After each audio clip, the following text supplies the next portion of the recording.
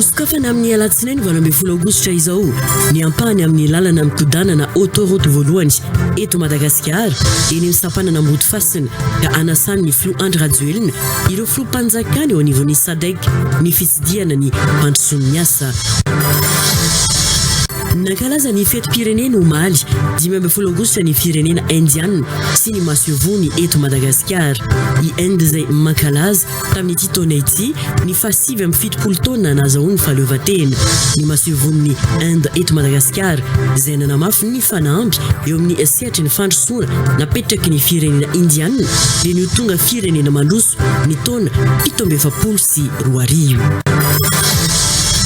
Zava-dehibe ho an'i Madagasikara ny fampiatranoana ny fihaonana an-tampony faha-17 ny SADC hoy ny loholona Mahonjo Hugues tombony lehibe ihany koa ny mahafilohan'ny malagasy tantana ny SADC ary sambany no malagasy no filoha mpanararotana ho an'i Madagasikara. Araka izany ny fitrandrahana tsena sy ny fifanakalozana ara-barotra maro lafo izay trandrahana amin'ny SADC hoy hatrany ny loholon'ny Madagasikara Mahonjo Hugues. Ny farana omaly ny fifaninanana Kinga Show andian'ny fahatelo ianjara no nitondra ny amboary tamin'ny sokajy U14 Imandresy kosa no nandresy tamin'ny sokajy U18 ny ady dia niady ny lalao teo amin'ny Mandresy sy Valsoa teo amin'ny famaranana U18 raha nitarika hatrany Valsoa dia nioaran'ny Mandresy ka nitarika tamin'ny fibatan'ny amboary.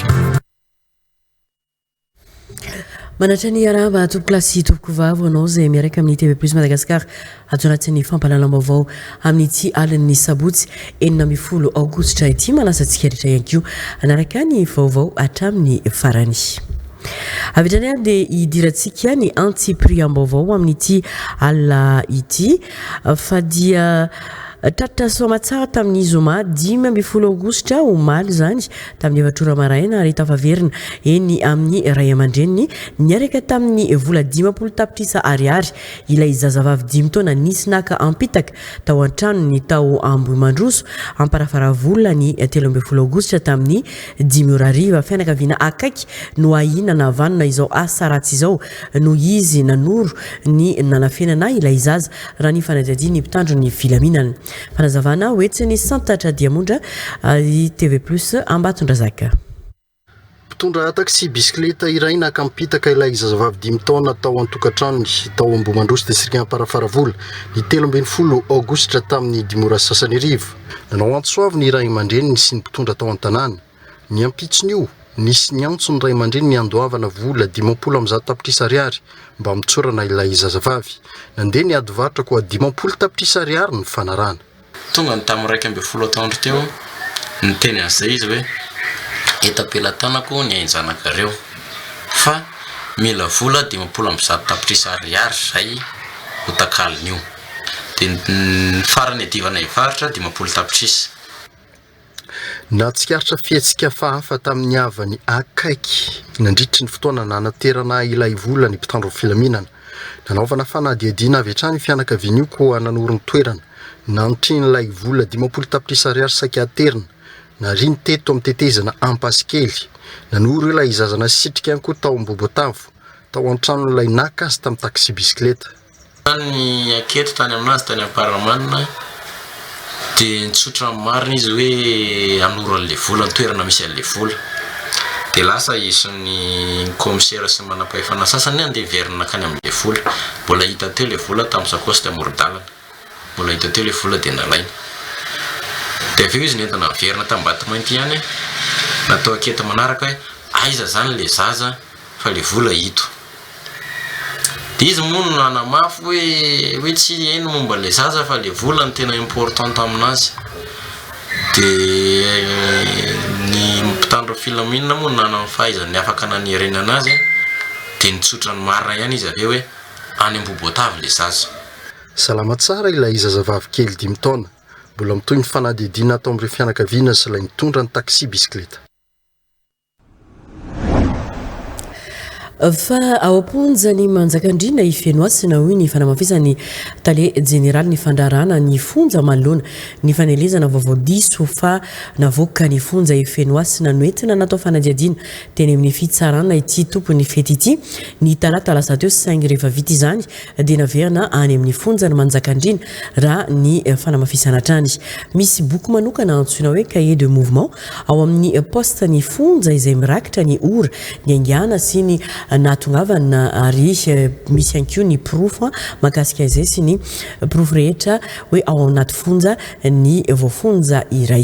Toy izao ary ny fanadiadiana hoentiny Gracia Andriatsitoerina makasika izany.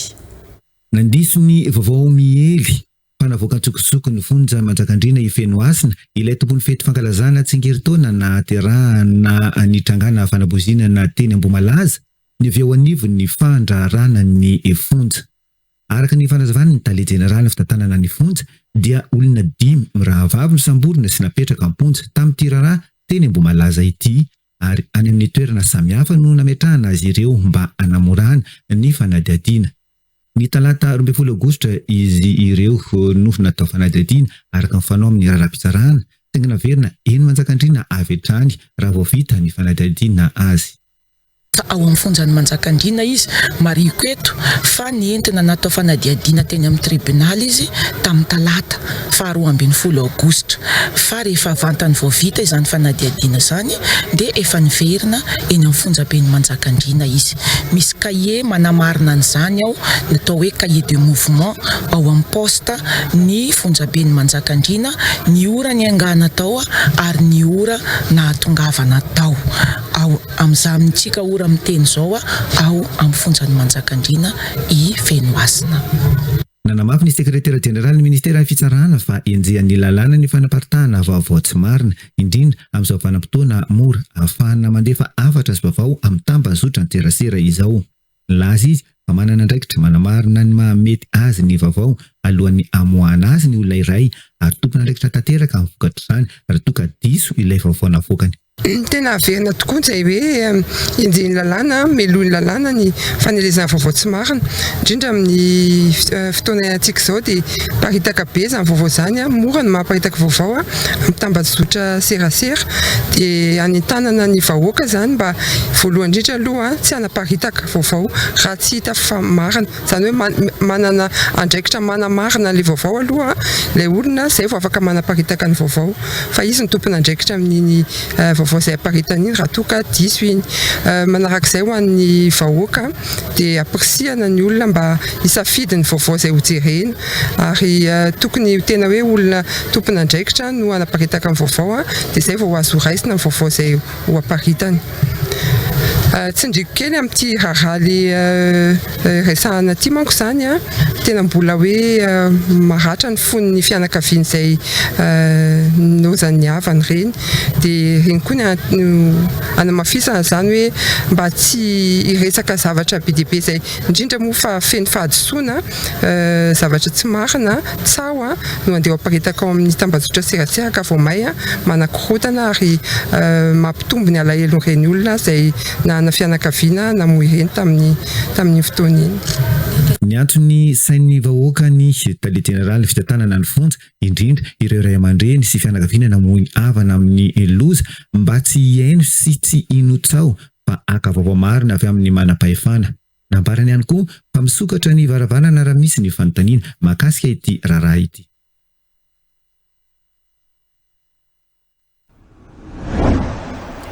Ho an'ny mananjary kosindray sika fa dia voasambotra ny mpitandro ny filaminana tao amin'ny commune ambanivohitry Ambalaosy avaratra ireo jiolahy miisa enina naka ankeriny an'ilay zaza varira atao amin'ny fokotany iray antsoina hoe maro finaritra commune ao mananjary vaovao hoentiny Blondel Razafindrabao amin'ny TV+ mananjary. Voasambotra ny mpitandro ny filaminana androany sabotsy 10 aogositra to amin'ny komina ambanivohitra Ambalosy Avaratra ireo jiolahy 9 nakan-keriny ilay zaza varira sahabo 4 taona eo raha tsy aivina moa dia ny alarobia fa 9 aogositra 2024 lasa teo tokony tamin'ny 12 ora sy sasany alina ity zaza varira ity no nisy naka-ankeriny tao an-tranony reniny to amin'ny fokotany Mahafinaritra komina ambonivohitra Mananjary fiaraha-misalahy teo amin'ireo vahoaka sy ny mpitandro ny filaminana moa no nazahoana izao vokatra izao. Omaly 12 aogositra 2024 tokony tamin'ny Simboralina teo dia nahary antso zahay tao amin'ny komina ny Ambalosy Avaratra fa misy zaza varira sahabo amin'ny 4 taona eo entin'olona andeha hiampita ny renirano Mananjary dia raha vonary izany andeha tao ny fiandanam-pirenena sy ireo mpitandro filaminana namana dia midina tany an-toerana rehefa natao moa ny sakana dia tratra tena am-pelatana an'ireo olon-dratsy ny zaza ary tratra ihany koa ireo olon-dratsy izay misy eo amin'ny 9 eo eto zahay dia manao antsoavo ho an'ny olona fa ny fahombiazana fandriampahalemana dia ny fiarahana misalahy ampitandro filaminana ihany. Taorian'ny fanadihadiana nataon'ny polisy pirenena eto Mananjary moa dia nisy ny olona voasambotra rehefa nahare izao trangan-javatra izao. Marina tona moa zany fa efa nisy olona anankiroa izay telo izay nisamboro polisy pirenena tamin'ny 7 aogositra 2024 ary tamin'ireo telo nosamborona ireo dia 2 amin'ireo no nampidiriny fitsarana amponja vonjimaika ka eto dia tena manantsatra araka ny voalazany mandady kompania teo tokotelo mamasana nahandro ny vahoaka sy ny mpitandro filaminana. Atolotra ny fitsarana moa ireto olona naka-ankeriny ilay zaza varira ireto aoriany fanadihadiana ataony mpitandro ny filaminana izao. Osikafana amin'ny alatsinainy 20 aogositra izao kosa ny ampany amin'ny lalana mikodana na ilay autoroute voalohany eto Madagasikara eny amin'ny sapanana Ambodifasina ka anasan'ny filo andro radiola manokana ireo filoam-panjakana eo anivony SADC ny itsidiana ny fandrosoan'ny asa toy izao ary ny fandrosoan'ny asa amin'ny autoroute voalohany eto Madagasikara raha mitsofoka avany Ambodifasina ary ikotomena no naka ny sary ho an'io lalana efa mahafinaritra io.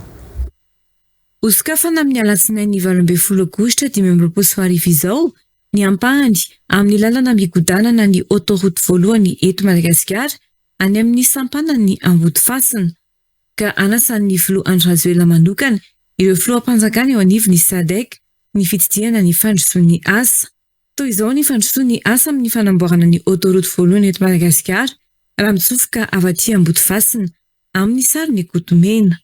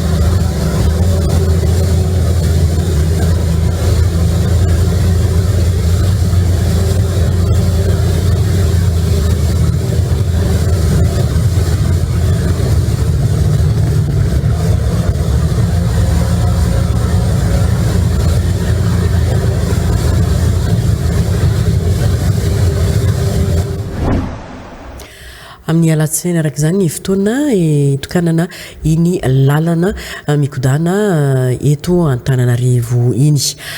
Fa zava-dehibe ho an'i Madagasikara ny fampiatranoana ny fionana an-tampony fa 5 ny SADC hoy ny olona mahonjo Hugues tombony lehibe ihany koa ny mahafiloha malagasy tantana ny SADC ary sambany no malagasy no filoha fanararotana ho an'i Madagasikara araka izany ny fitrandrana tsena sy ny fifanakalozana ara-barotra maro lafy azo trandrana ao anatin'ny SADC ho iatrany ny olona mahonjo Hugues. Toy izao ary ny fanadihadiana sy ny fanehoan-kevitra hoentin'ny olona mahonjo eo amin'ny micro any Mamtina Andrimbololona. Hoe firenena enambiny folo zany dadasika izany ary aty atsimo sy atsinanan'ny Afrika izany ary raha ny isan'ny olona ao anatiny zany dia tena tapisany betsaka. Mazava ho azy zany fa raha resaka fifanakalozana ara-barotra fotsiny fa be dia be zany anisany hoe tsena lehibe io zany ao Madagasikara dia anjarantsika malagasy ny mijery hoe inona no tokony atao atokavantsika amin'izay. Ny fitondram-panjakana izay tarihin'ny président Rajoelina dia tsy mipetraka fotsiny miaraka amin'ireo minisitra soa miaraka amin'ny fitondram-panjakana iray manontolo fa efa mijery sady ary efa manomboka mijery hoe ahoana ny ataontsika amin'izay. Nisy lalàna koa raha ny nandalo tao amin'ny fankatoavana tao amin'ny teny merandolona le ZLECAf. Io koa zany misy libre échange koa zany zany hoe fifandraisana ara-barotra tsy misy fepetra raha ataoko hoe adikako amin'ny teny malalaka zany teny malagasy malalaka dia izay fa ny tombony zany ny tombony arakarenan'ny Madagasikara ny tombony fahazahoan'ny malagasy miantsehatra amin'ny lafiny isan-karazany na ny amin'ny ara malagasy zany na ny amin'ny commerce zany na ny amin'ny industrie zany na ny amin'ny tourisme zany be dia be azo tia atao ary tsy vitan'izay betsaka koa ny zavatra mbola ho azontsika avy any na fotodrafitrasa zany na ny amin'ny lalana zany na be dia be zany fa ny zavatra mazava dia misy tombotsoa lehibe azony Madagasikara ao anaty. Nankalaza ny fetim-pirenena omaly 15 aogositra kosa ny firenena indiana sy ny masivony eto Madagasikara i Inde izay nankalaza tamin'ity taona ity ny fahasivy taona nazahoany fahaleovan-tena. Ny masivony Inde eto Madagasikara izay nanamafy ny fanamby eo amin'ny sehatry ny fandrosoana napetraky ny firenena indiana dia no tonga firenena mandroso ny taona 1724. Ny arahaba ny vahoaka indiana sy ny filoha indiana Droupadi Murmu ny ministry ny raharaham-bahiny malagasy rahafaravavitafika ny raharanko ny atsara ny fifandraisana eo amin'ny Madagasikara sy Inde hatrany. Njakandriamahery sy Eric Ranefson hitondra ny vaovao. Firenena fahadimy manana toe-karena matanjaka indrindra maneran-tany ary manana demokrasia lehibe indrindra maneran-tany Inde. Inde izay nandova civilisation efatranainy dia manana fahasamihafana miavaka noho ny fananany poniny mahatratra 530 tapitrisa sy iray lavitrisa. Ny masivony Inde eto Madagasikara mpandaroa Milsombavu izay nanatitratotra fa nahazo ny fahaleovan-tena tao anatin'ny filaminana tanteraka Inde. Amin'izao fotoana izao dia mifantoka amin'ny fanatrarana ny tanjona avo dia ny firenena mandroso ara-toe-karena amin'ny taona 1724 ny firenena indiana. Tao anatin'izay 17 taona lasa izay zany hoe satria ny fahaleovan-tena azo tamin'ny taona 1770 dia tamin'izany fotoana efa nisy fiovana lehibe zany satria tamin'izany mbola tao anatin'ny firenena mahantra Inde.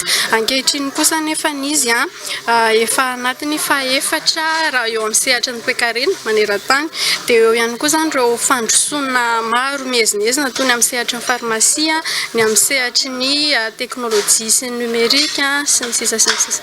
Dia eo ambany fitarihan'ny Prime Ministre Narendra Modi moa zany Inde amin'izao dia ny fanamby araka ny nantaniana teo mametraka tanjona zany hoe amin'ny taona 1724 zany hoe amin'ny fankalazana ny fahazato taona nahazahoan'ny Inde ny fahaleovan-tenany dia hoe anaty firenena mandroso izy ireo izany hoe ampiakatra ny ari-karena fahobe 3 avoeny amin'izao fotoana anisan'ny fanampiny lehibe zany nefany mahatoky ry zareo fa raha amin'ny zava-misy sy ny hoe fiakarana ara-toe-karena amin'izao dia ho tratra izay tanjona izay.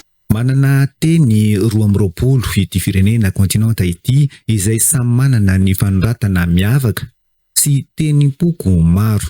Firenena manaja ny fahasamihafana ara-pinoana ihany koa i Inde satria hita ao anatin'ny fiarahamonina indiana ary mahazo ny fankatoavany lalam-panorenana mihitsy ny finoana lehibe rehetra maneran-tany. I Inde izay ahitana État 20 faritra 7 hafa ao anatiny. Nandritra ny fankalazana ny faha-7 taona nazon'ny Inde fahaleovan-tena omaly no naharitra ny ministry ny rarambahiny malagasy ireo fotom-pisainana fototra nanangana any Inde sy ny hatsaran'ny fifandraisana misy eo amin'ny Inde sy Madagasikara. Nanamarika ny fetim-pirenena indiana omaly ny arena ara-kolotsaina maro ananany ity firenena ity. Isan'izany ny fampisehoana yoga,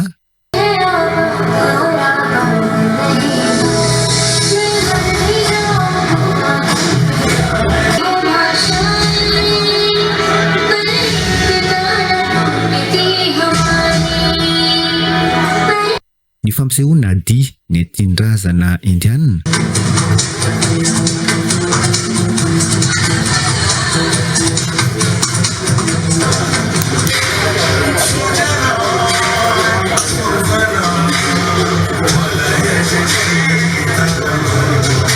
Ny hira mampiavaka ny Inde.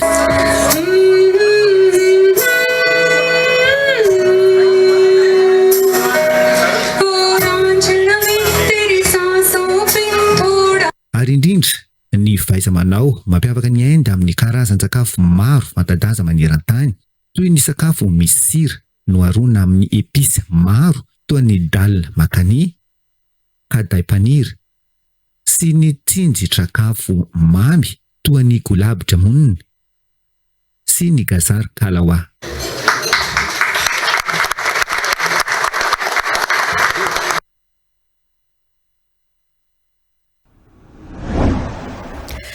Lafiny politika dia ny antoko politika vonjy tsy mivaky dia tsy manohitra be fahatany ny fitondram-panjakana fa miteny sy mankasitraka ny zavatra tsara ataony fitondrana ihany koa ary mbola afaka mampaneno lakolosy ihany koa raha misy no tsy mandeha amin'ny laoniny amin'ny firenena hoy ny filohany razana bahiny Marojama Marie Francette isan'ny nambaran'ny filohan'ny antoko vonjy tsy mivaky ny fidinany vidiny lavanilina tokony hoajaina ihany koa raha nambarany lalam-pandorena uyatrany ity filohan'ny antoko vonjy tsy mivaky ity filohan'ny antoko vonjy tsy mivaky ity izay renim-pia ny fankalazana ny fa-telopolo taona ny AESEA fikambanan'ny mpianatry ny zanaka atsimo atsinanana mandanto fianarana any antsiranana ary tany anko no nanaovany ity fanehoan-kevitra ity. Mbola mijoro ary manaraka ny fiainam-pirenena ny antoko vonjy tsy mivaky hoy ny filohany razana bahiny Marojama Marie Francette tsy mipetraka ho mpanotra bontolo ny fitondram-panjakana ny antoko izy ary miteny sy mankasitraka raha misy ny zava-bita ny fitondrana mampatsiahy koa raha misy ny zavatra tokony ataon'ny fanjakana ny vidiny lavanilina hoy izy dia tsy mitsaha-midina ary tokony mba ho raisin'ny fitondram-panjakana ny fitadiavana vahaolana ho an'ireo tantsaha makasika ny vidiny lavanilina. Efa misy zavatra tsara ataon'ny fitondram-panjakana mahefa izay misesy eo tsy voatery fitondram-panjakana amin'izao fa natany aloha natany amin'ny fotoanany orenan'izany vonjy tsy mivaky zany dia mankasitraka ny zava-bitan'izy ireo izay tombotsoany ny vahoaka iray manontolo. Nefa kosa raha misy zavatra tsy vita na misy zavatra tsy tanteraka dia manakena ihany koa izahay hoe inona zavatra tsy mety ataon'ny fitondram-panjakana ireo ary miteny foana mba anaovan'izy ireo an'izany. Ohatra fotsiny izao ny resaka lavanilina izay sy mba tanteraka ny vidiny amin'izao fotoana izao satria tamin'ny fotoana taloha 100,000 ariary ny vidiny lavanilina maitso nefa amin'izao dia 1,500 ariary ary tsy misy mpividy akory ireo lavanilina ireo. Maro ny vahoaka izay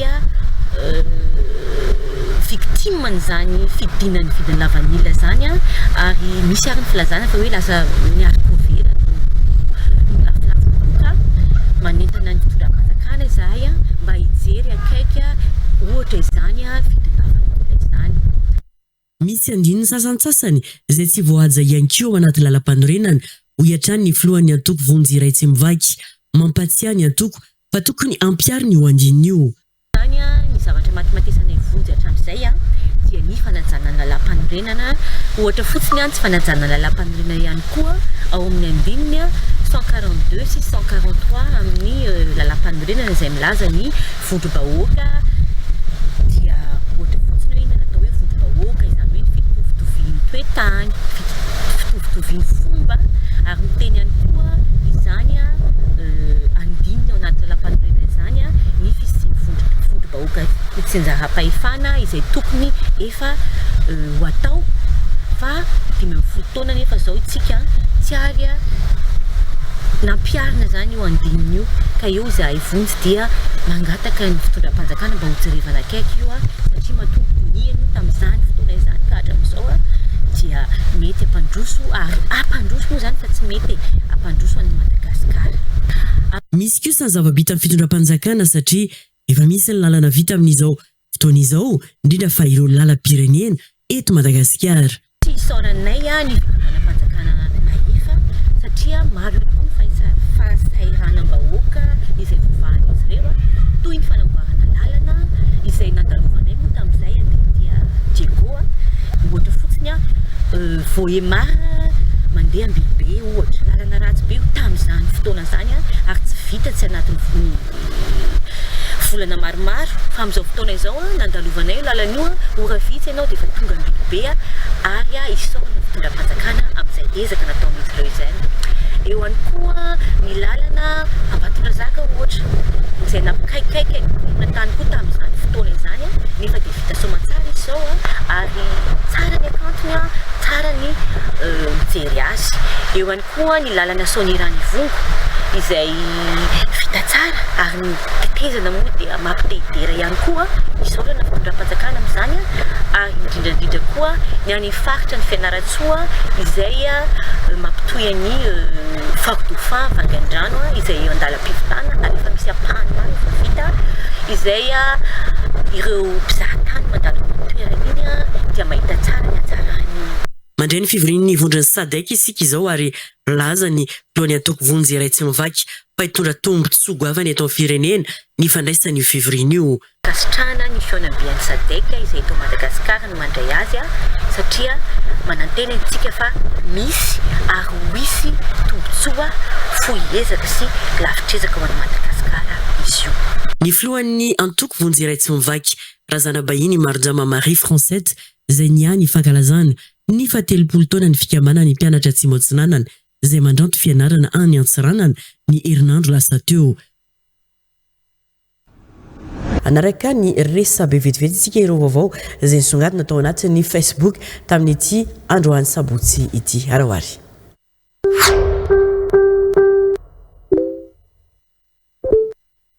Ny pejy Maître Yanitra miondrika ampanajana manoloana ny fahalasana ny ben'ny tanàna ny talata voninondry Rakotondrazaka tokony aina mampionina tsy hita izay ambara lasa loloatra ilay tanora nandray andraikitra ben'ny tanàna lany tamin'ny anarany antoko Madagasikara izy mirary finoana feno any ankamonany sy ny fianakaviany ary ny akaiky azy rehetra. Ny pejy Arfina Elso tonga tao amin'ny AGRA ny filoha Marc Ravalomanana mijery ny Rakotondrazaka toky ny aina mampionina ben'ny tanàna talata volinondry Notomandry. Ny vondra vaovao farany fil d'info ofisialy lozam-pifamoivoizana tany amin'ny 10 kilometatra alohan'ny idirana ny Tomasina Omaly namoy ainy ilay mpamily camion ary ny maraina teo vao afaka atao anatin'ny fiarabe ny razana. Mbola tsy fantatra mazava ny antony natonga ny loza. Ny pejy TV Plus Madagasikara ofisialy Kingasho ny farana somatsara Omaly ny fifaninanana Kingasho andia ny fahatelo ianjara no nitondra ny amboara amin'ny sokajy U14 ary mandresy kosa no nandresy teo amin'ny sokajy U18. Miarabas Mianada izay nandrombaka ny loka goavana tao anatin'ity fifananana Kingasho andia ny fahatelo ity izy ireo izany no kinga tao anatin'ireo mpifaninana marobe nanomboka hatrany am-piandohana. Mankasitraka ireo mpiara-miasa sy ny mpanoana rehetra niaraka nanatotosa ny fandaharana tamin'ny farany. Ny pejy 24 heures mada lozam-pifamoivoizana teny Ankasobe firarazana RN4 fiara 4x4 iray no fandonina tamin'ny fiara mpitatitra iray olona roa namony ainy teo ny eo nisy ny naratra izay efa nentina namonjy ny hopitaly ao Ankasobe. Ny vondrona vaovao malaza eto an-toerana sy any ivelany androany Donald Trump sy ny filoha Vladimir Poutine dia tafaraka tao anaty fiara iray. Ny fiara dia ny Cadillac ny filohampirenena mivono vy izay mitondra ny filohan'ny États-Unis. Ny vatany dia vita amin'ny vy maromaro, alimo, titane ary seramika. Ny varavarankely dia manana fitaratra fiaro amin'ny bala ary matevina kokoa. Tombanana ho any amin'ny 9 ka hatramin'ny 7 taonina ny lanjany. Tena miadana nefa tena azo antoka.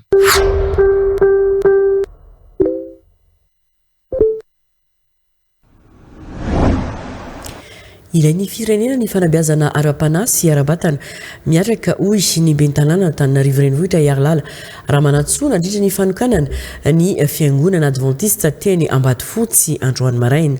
Missionnaire enimpolo avy amin'ny fiangonana adventiste Ambatofotsy araka izany no andray antanana amin'ny fanohanana sy fanentanana amin'ny sehatry ny fahasalamana sy fanabeazana eny tsy hafa sy ny manodidina.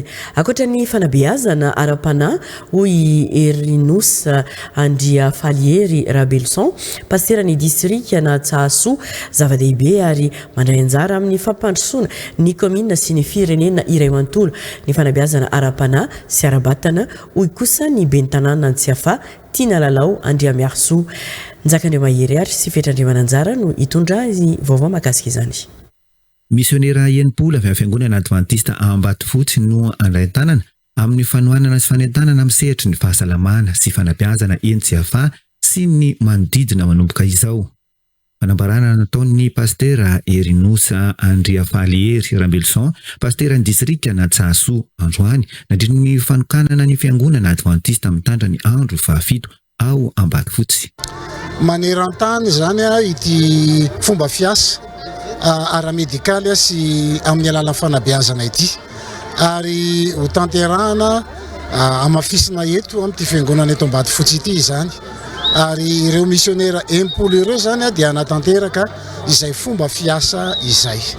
Ezaka lehibe amin'ny fanabeazana sy fiarahamonina izay ilain'ny firenena sy ny distrika na Tsimondrano izao tanterahana izao hoy ny bentanàna Antananarivo renivohitra Iarlala Ramanantsoa nisolitena ny filohan'ny pirenena tamin'ny ity fotoan-dehibe ity. Ny fotodrafitrasa fitandroany fanorenana nyty fiangonana adventista distrikany Tsahasoa ity eto amin'ny distriktany Tsimondrano dia tena zava-dehibe satria ny fototra ijoroan'ny adventista dia ny fahasalamana ranofo, fahasalamana ara-panahy, ao koa ny fanantenana ny amin'ny hoavy, ny amin'ny fiverenan'i Kristy, fa ny fanantenana koa fiainana miaraka amin'ny Kristy manomboka ety.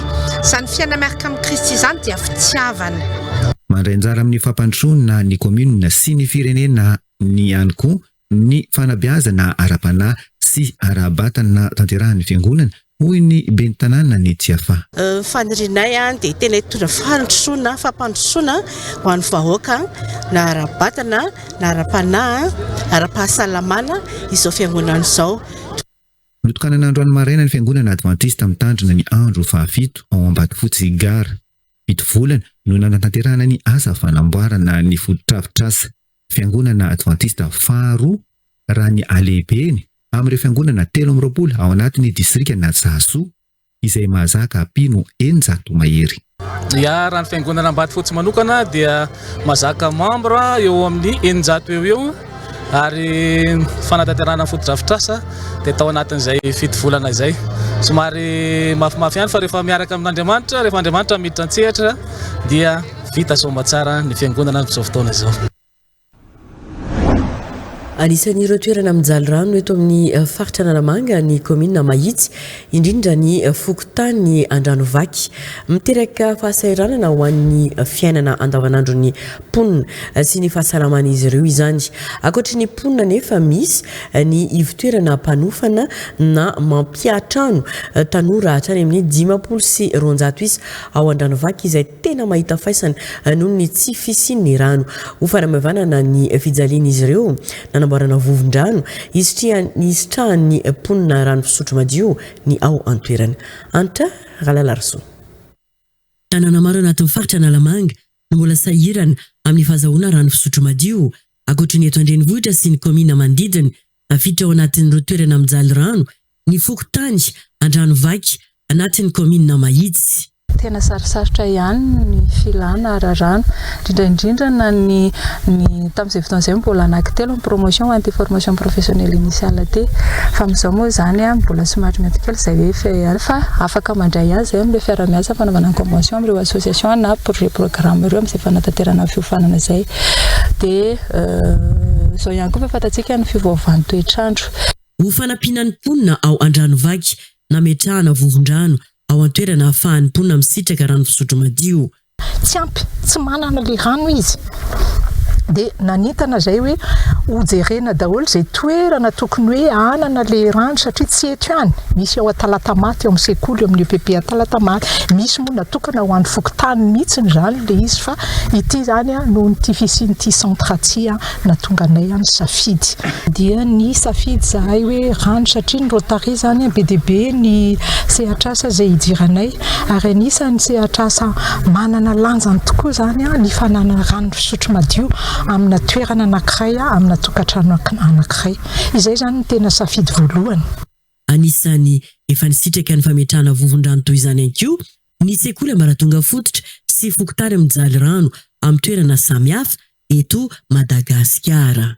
Misy ampandalana amin'ny lalam-pirenena no efa atahorana tsy azo ampiasaina intsony noho ny fahasimbany raha ny tatitra tatitra fiara lehibe anisan'izany eo Mahasoa lalam-pirenena fahenina ny tetezana ao Ankilizato lalam-pirenena fa 730 na dia misy aza ny fanamboaran-dalana tokony isy ny fepetra raisina manoloana ireo fiara lehibe mitondra entana mavesatra loatra satria ireny no tena manapotika ireo lalana ho ireo mpitatitra fiara lehibe.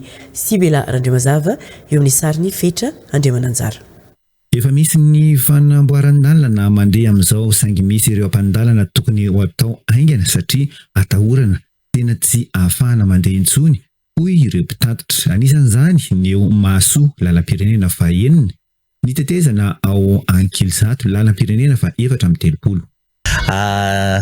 Misy mifanamboaran-dalana moa mandeha efa misy ihany izy mandeha ny amin'ny Rainy Sisy moa efa fantatritsika fa anisan'ny tena ratsy indrindra, anisan'ny voalohany indrindra rehefa miratsaka ny orana dia efa misy fanamboaran-dalana any raha manomboka aty Ambilobe anao zao jusqu'à ny Atsiranana dia efa tsara dia ny mankaty Ambanja koa fa ao amin'ny Rainy Sisy eo zany misy tetezana isitomana lakolosy kely amin'ny TP amin'ny travaux publics hoe misy pompele zay eo Mahasoa pompele somary lavalava efa tena ilolatsaka ao daholo ny rehetrarehetra efa tsy praticable zany hoe lalana moa zany efa ratsy daholo izy amin'ny ankapobeny fa le urgent zany resahako eto hoe ao Mahasoa dia aty amin'ny Rainy 34 aty indray koa misy ny ao Ankilizato Nandroso sosikevitra izy ireo ny amin'ny tokony anasasiana ireo fiara lehibe mitondra entana mavesatra loatra satria ireny no tena manimba ny lalana.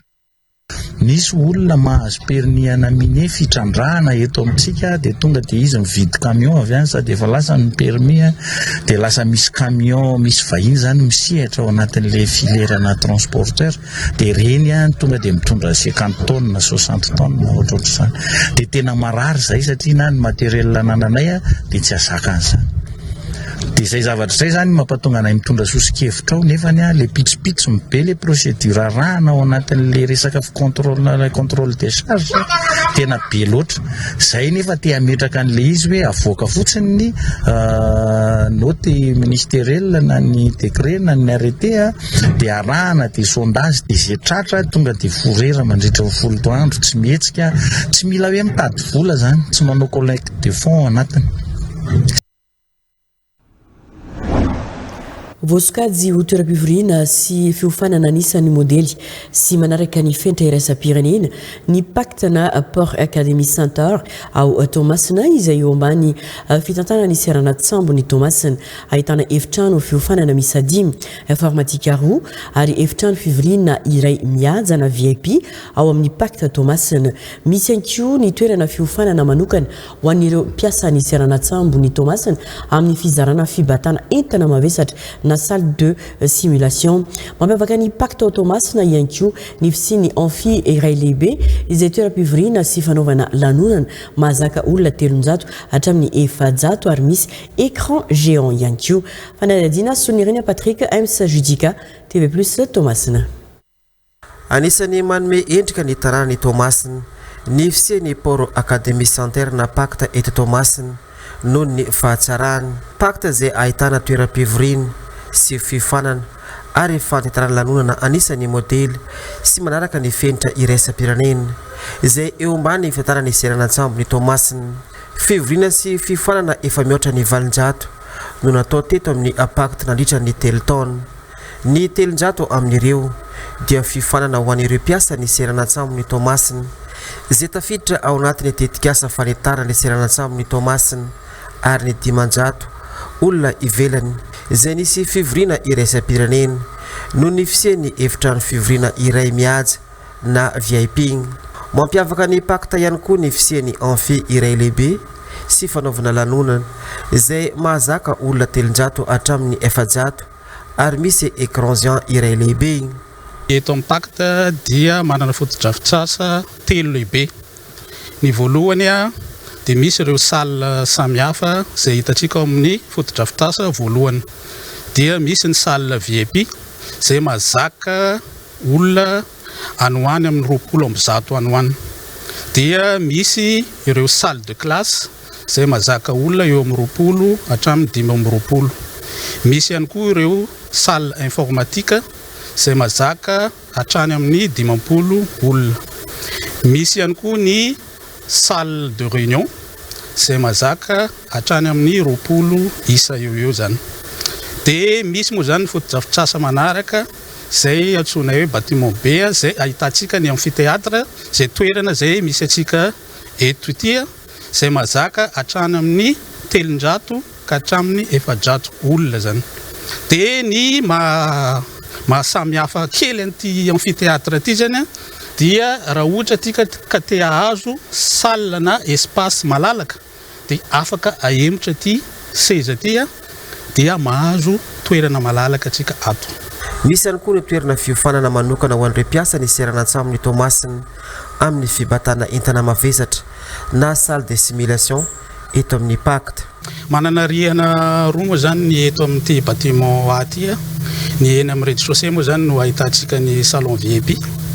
Eto amin'ny rihana voalohany ahitantsika salle de classe misy 2, salle de réunion misy 2, misy salle informatique iray.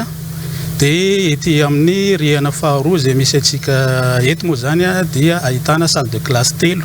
Fa ny mampiavaka n'ity rihana faharoa ity manokana moa zany dia ny fisian'ity salle de simulation ity. Ato anatin'ity salle ity zany no ahitantsika an'izao simulateur de grue zao. Izany hoe eto amin'ity simulateur ity zany no ahafahan'ireo technician mikirakira sy mampiasa ny grue eny anivon'ny serana-tsambo. Izy ity moa zany dia fiara-miasa entre ny spaty sy mictesel mba ahafahan'ireo technician ny mictesel zany manamafy ny traikefany sy manavao ireo fahaiza-manao zany amin'ny fikirakirana ireo grue.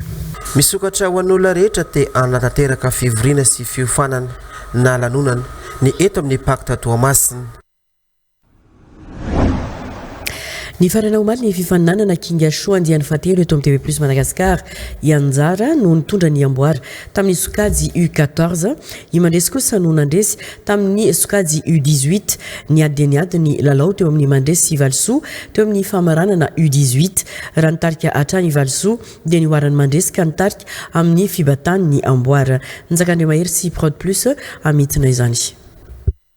Nafinaritra sady niady ny lalao famaranana teo amin'ny Mandresy Valsoa teo amin'ny sokajy U18. Nitarika hatrany Valsoa nandritra ny fanontaniana maro saingy tsy nanaiky i Mandresy fa niezaka nanenjika ny isa izay azon'ny Valsoa ka izay fezahany izay nitarika azy nakany amin'ny fandresena farany. Cela peut provoquer des crises de toux, un essoufflement ou un sifflement. Quelle est cette maladie respiratoire? Mandresy. L'asthme. Tu es sûr? Bravo Mandresy!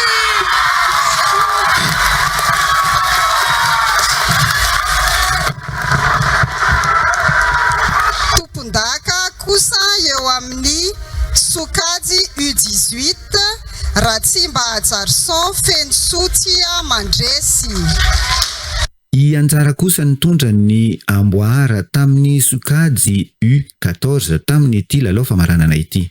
Ambara amin'ny fomba ofisialy izany fa tompondaka ny lalao fifaninanana Kinga Show 3e édition eo amin'ny sokajy U14 i Randriamaleo ny Anjara Malala fanomezantsoa.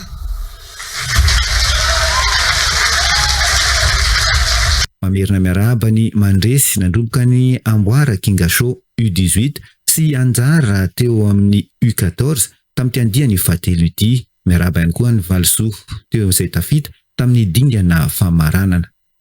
Tompondaka kosa eo amin'ny sokajy U18 raha tsy mba hajarison feno sotia Mandresy.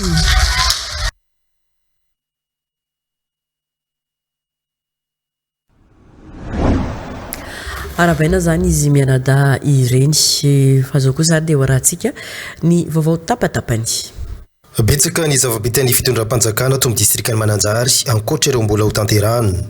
Andraikitry ny solombavambahoaka ny manao tatitra amin'ny vahoakany fidy azy ka ny alahady 17 aogositra izao dia tafa amin'ny vahoakany distrikany Mananjary ny solombavambahoaka Dr Randriarson Maurice Lucien sady anao tatitra ny zavatra tapaka nandritra ny fiviriny tena ny ivony anteny mendram-pireneny no ampafantatra amin'ny vahoaka ny politika mpampandrosoana tanterahany fitondram-panjakana ankehitriny ny tenany mandritra izany. Nandritra ny adiny efatra ny prime ministre nanao ny tatitra ny asa vita sy ny programa ny fitondram-panjakana tao amin'ny anteny mendram-pireneny. Za amin'ny fomba manokana moa dia isaky voatonona ny faritra Vatovavy dia nasiako ny spiako misy hoe zao ny zavatra ho atao amin'ny fitondram-panjakana ty amintsika ty dia ararotona koa zany io fotoana io mba hiresahana hoe inona moa ny programa ny fitondram-panjakana aty amin'ny faritra Vatovavy indrindra ho an'ny distrikany Mananjary amin'ny fomba manokana. Iara-mahitsika zao fa be dia be ny zavatra efa andalana amin'izao fotoana izao ho tanterahana ka dia zao manasa ny vahoaka rehetra sy akanava. Isy nisy oerana amin'ny mpanakanto kalaza amin'ny fotoana io. Hoarahantsika ary zao ny vombolany.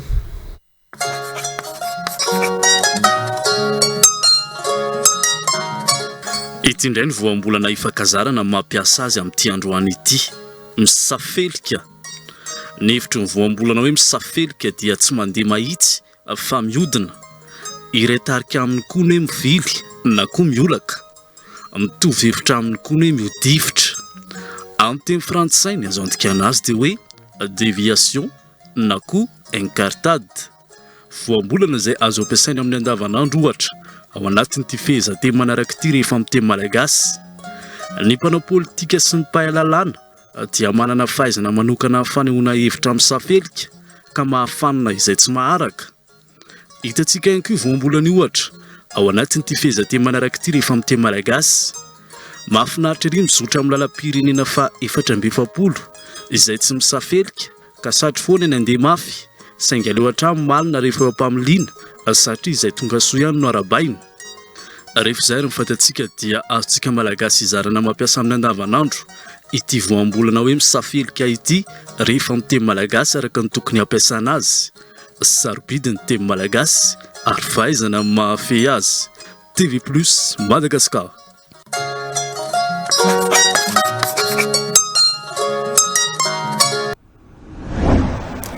averande roso anatin'ny fandarana ny ty aminay sika amin'izao tapany faharoa atao anatin'ny fampalalam-baovao izao ny tena kosa moa zany dia mametraka ny mandrapresaka sy ny manome fotoana ho amin'ny manaraka indray amiro mirary farany herinandro finaritra ho antsika rehetra velomary toboka la mandrapresaka indray toboko vavy